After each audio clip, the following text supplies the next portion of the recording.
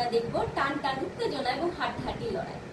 কমলদীঘির 100 metre সাঁতার প্রতিযোগিতাকে কেন্দ্র করে দর্শকদের ঠাসাঠাসি ভিড়।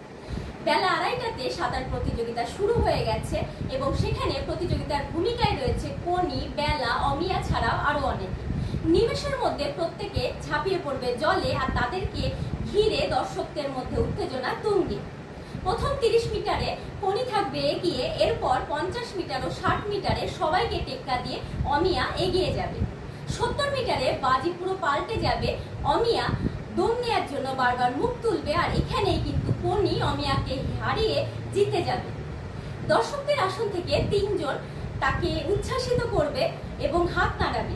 এখানে আনন্দে কিন্তু ক্ষিতীশ লাফাতে শুরু করবে আর বিষ্ণুচরণ ধর জ্ঞান হারিয়ে ফেলবে।